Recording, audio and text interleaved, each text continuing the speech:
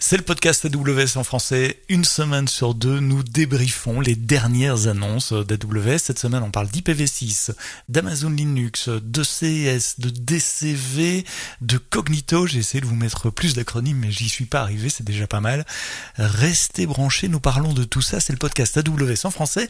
C'est parti, c'est maintenant. Le podcast AWS en français. Sébastien Stormac. Je suis content de vous retrouver dans le podcast AWS en français. Merci de nous être fidèles, d'en parler autour de vous, à vos collègues, à vos amis également. C'est comme ça que la communauté grandit. Puis n'oubliez pas de nous laisser aussi vos feedbacks, vos petits pouces vers le haut, vos étoiles ou les autres moyens de communiquer avec nous, de nous laisser des messages par exemple sur les différents réseaux sociaux où vous nous trouvez. Nous sommes en période pré-reInvent. reInvent, c'est la conférence client d'AWS qui se tiendra la première semaine de décembre à Las Vegas. C'est là typiquement qu'il y a beaucoup d'annonces, mais il y a déjà des annonces qui commencent à sortir maintenant et j'ai essayé d'en accrocher quelques-unes pour vous.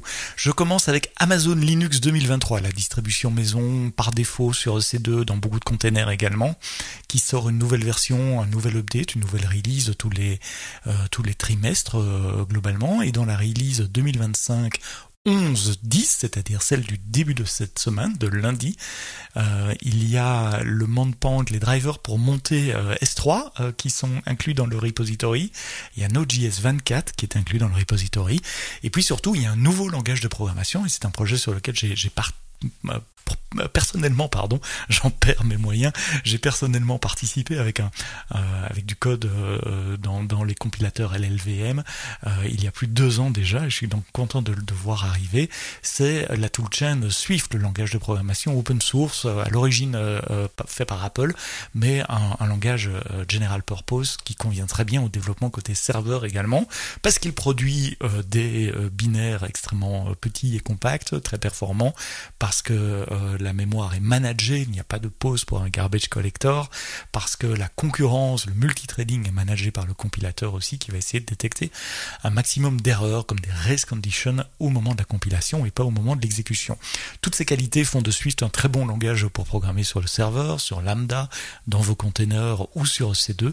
Et bien maintenant, le langage Swift, la dernière version, la version 6.2.1, est disponible par défaut dans le repository de package d'Amazon Linux. Donc quand vous démarrez un container ou une virtual machine avec Amazon Linux 2023, il vous suffit de taper dnf install Swift lang.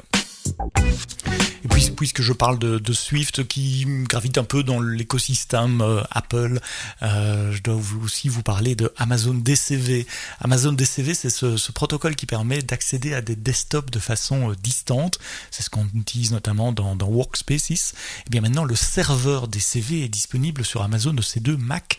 Ça veut dire que vous pouvez installer un serveur DCV sur vos instances Mac dans le cloud et vous connecter à distance depuis Windows, depuis Linux ou depuis macOS avec le DCV client.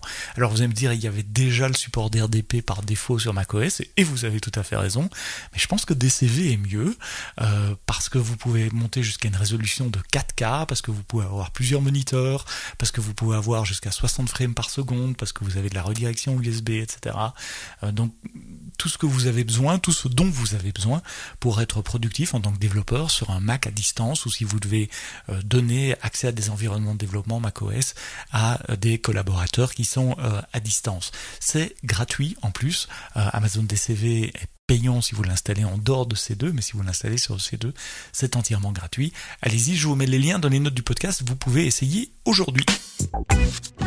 De temps en temps, j'aime bien vous donner un update également, une mise à jour sur la disponibilité d'IPv6, car vous le savez, depuis que les adresses IPv4 sont payantes, vous êtes nombreux à essayer de migrer vos workloads et vos applications vers IPv6, et le feedback qu'on avait souvent, c'est oui, mais tout ne supporte pas IPv6, et on y travaille. Alors, la foulée des 2 dernières semaines, je vais les citer juste rapidement, je vais pas aller dans le détail.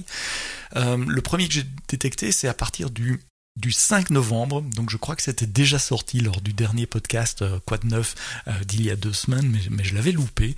C'est Amazon CloudFront. Alors vous allez me dire, CloudFront il supporte déjà IPv6, vous avez raison, mais maintenant on ajoute IPv6 pour les adresses statiques Anycast. Vous savez, parfois, vous voulez demander à CloudFront des adresses IP statiques, si vous voulez les distribuer à vos partenaires, par exemple, qui managent encore des firewalls un peu à l'ancienne et qui ont besoin d'une adresse IP statique. Vous pouvez obtenir ça sur CloudFront. Ça s'appelle des adresses IP statiques Anycast pour CloudFront. Et bien maintenant, c'est possible en IPv6.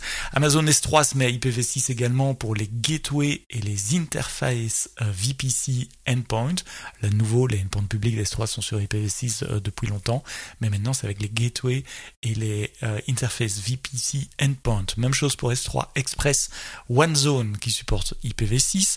Elastic Cache y met aussi avec un support dual stack IPv4 et IPv6. Et puis le dernier que j'ai repéré cette semaine, c'est Amazon RDS qui lui aussi supportait déjà IPv6 mais qui étend son support à IPv6 aux bases de données publiquement accessibles.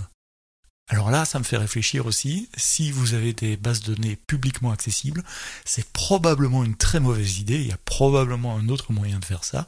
Je serais très très très curieux de savoir si vous utilisez des bases de données publiquement accessibles. Publiquement accessible, ça veut dire exposées sur Internet, avec une adresse IPv4 publique, ou maintenant, puisque c'est possible, une adresse IPv6. Laissez-moi un message si vous faites ça, je suis curieux de savoir pourquoi vous faites ça. Une diminution de prix, en tout cas on ne la présente pas comme ça, mais moi je considère que c'est une diminution de prix sur Amazon Cognito. Vous savez, Cognito, c'est ce service entièrement managé qui vous permet de gérer des pools d'utilisateurs pour de l'authentification, de la fédération d'identité aussi, avec login with Amazon, login with Google, etc. ou de l'OpenID Connect simplement.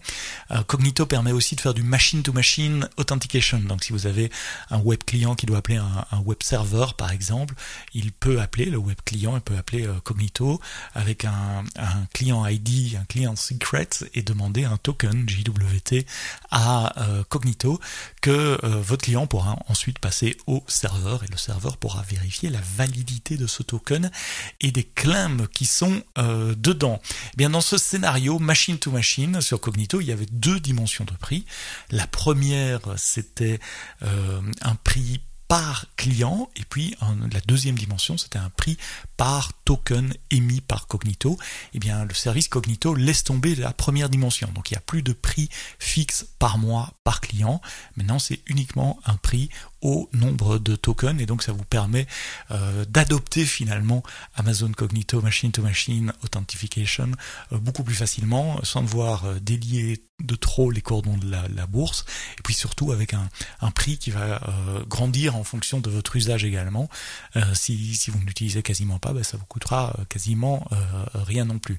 Donc je crois que c'est une bonne chose parce que ça encourage des bonnes pratiques en matière d'architecture et de sécurité, ce changement de prix sur Amazon Cognito Machines to Machine. Dans la série d'annonces pré-reinvent de cette semaine, ma préférée concerne les Application Load Balancers. Vous savez, les Load Balancers niveau 7, les ALB comme on dit, qui peuvent depuis mercredi cette semaine, le 12 novembre, ils peuvent vérifier des tokens JWT. Ben tiens, j'en parlais justement avec Amazon Cognito Machine to Machine Authentication dans la news juste d'avant. N'allez pas croire que c'est fait exprès, que je choisis l'ordre des news, mais si évidemment c'est plus facile pour en parler comme ça. Imaginez que vous avez un web service derrière un application load balancer. Maintenant, c'est le load balancer lui-même qui peut vérifier la validité du token JWT qui est attaché. Ça permet de décharger vos web services en matière de compute et de simplement déléguer l'authentification, en tout cas la vérification du token à l'ALB. Il supporte les tokens OAuth 2.0 et donc ça permet de diminuer la complexité de l'architecture et de la sécurité.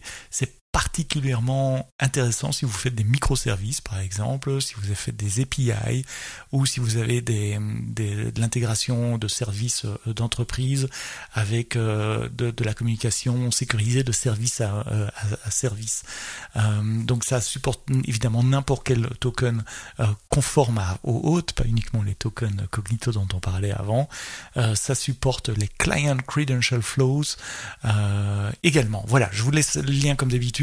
Mais si vous avez de l'authentification par token JWT OAuth 2.0 sur des load balancers, allez jeter un coup d'œil à cette nouvelle.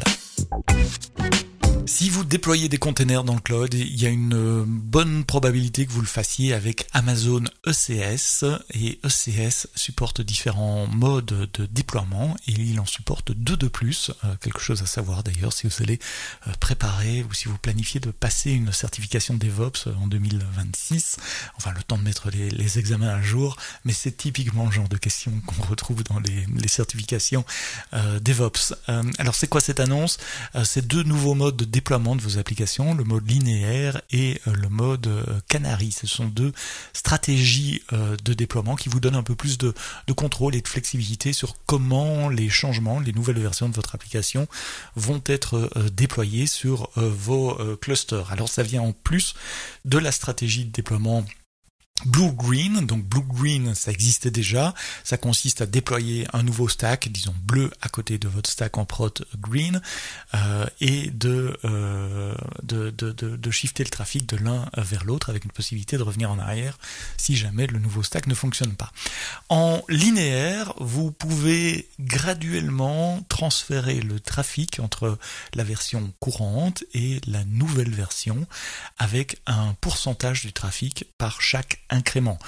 Par exemple, vous pouvez dire je vais augmenter mon trafic vers la nouvelle version de 10% toutes les heures.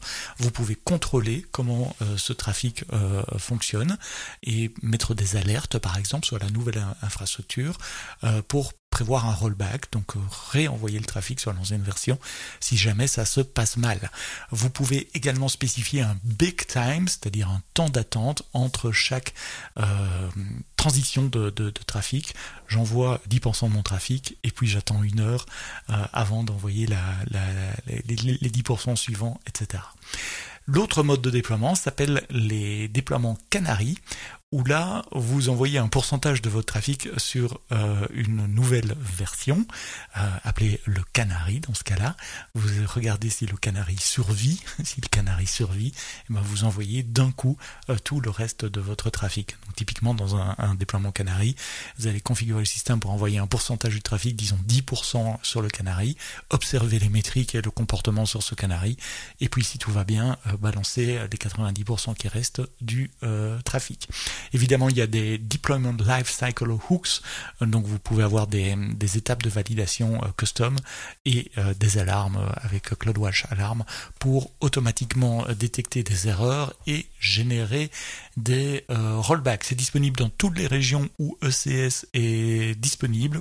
Ça s'appelle donc les stratégies de déploiement linéaire ou Canary, et c'est pas uniquement disponible dans la console évidemment. Vous pouvez les configurer avec les SDK, avec les CLI, avec CloudFormation, même avec CDK et Terraform.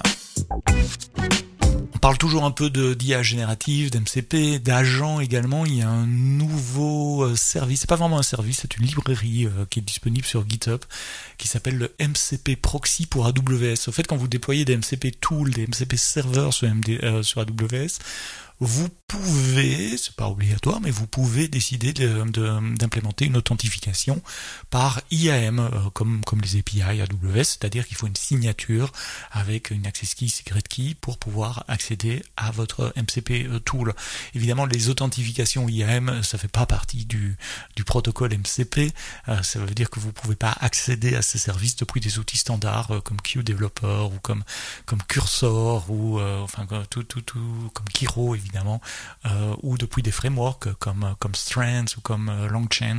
Eh bien, avec ce proxy, vous pouvez le faire. C'est soit un proxy que vous faites tourner dans le cloud, soit une librairie que vous ajoutez à vos applications clientes, qui vont envelopper globalement, si je dois résumer, envelopper l'appel MCP avec une signature IAM, avec une signature basée sur votre access key, secret key.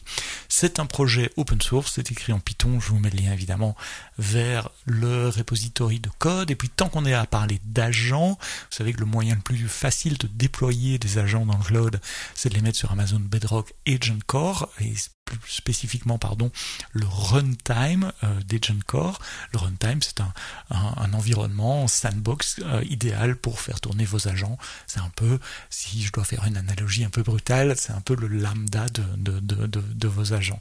Qu'est-ce qu'il y a de nouveau sur Agent Core? Eh bien, c'est que jusqu'à présent, vous pouviez déployer un agent sous la forme d'une image container, une image OCI, et bien maintenant, un peu à l'instar de Lambda justement, vous pouvez directement déployer du code également. Donc il suffit de zipper votre agent et de le déployer sur Agent Core Runtime. C'est pour ça que j'aime bien l'analogie avec Lambda, parce que Lambda permet de faire les deux également.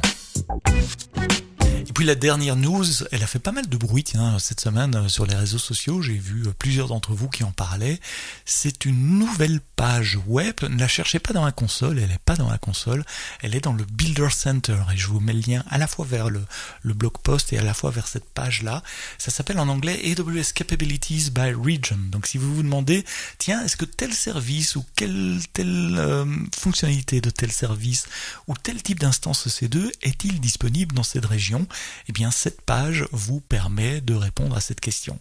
C'est une page qui est searchable, évidemment. C'est pas une énorme matrice avec toutes les régions et tous les services, ça serait indigeste.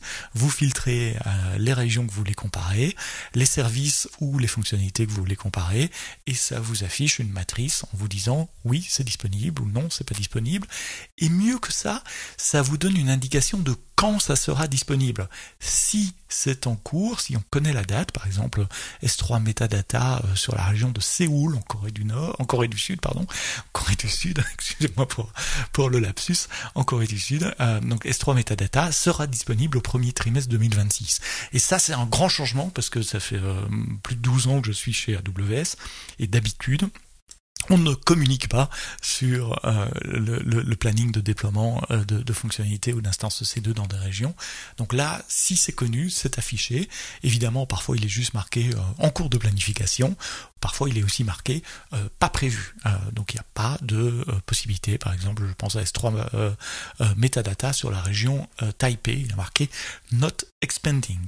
Ça va assez loin dans le détail. Vous pouvez voir même les types d'instances, région par région. Alors là, il n'y a pas de date, il est juste marqué planning, mais au moins ça vous permet de voir si votre infrastructure pourrait être déployée globalement dans une autre région.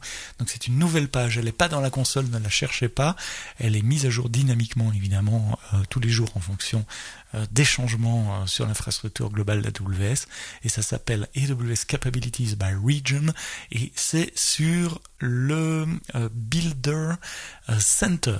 Voilà la fin de cet épisode du podcast en français, épisode 330. La semaine prochaine, l'épisode est déjà enregistré, on va faire une plongée dans le monde des droits d'auteur. J'ai pris mes micros, je suis parti à la SACEM, la société française en charge de collecte des droits d'auteur, et notamment avec Spotify, Amazon Music, Deezer et toutes les plateformes en ligne.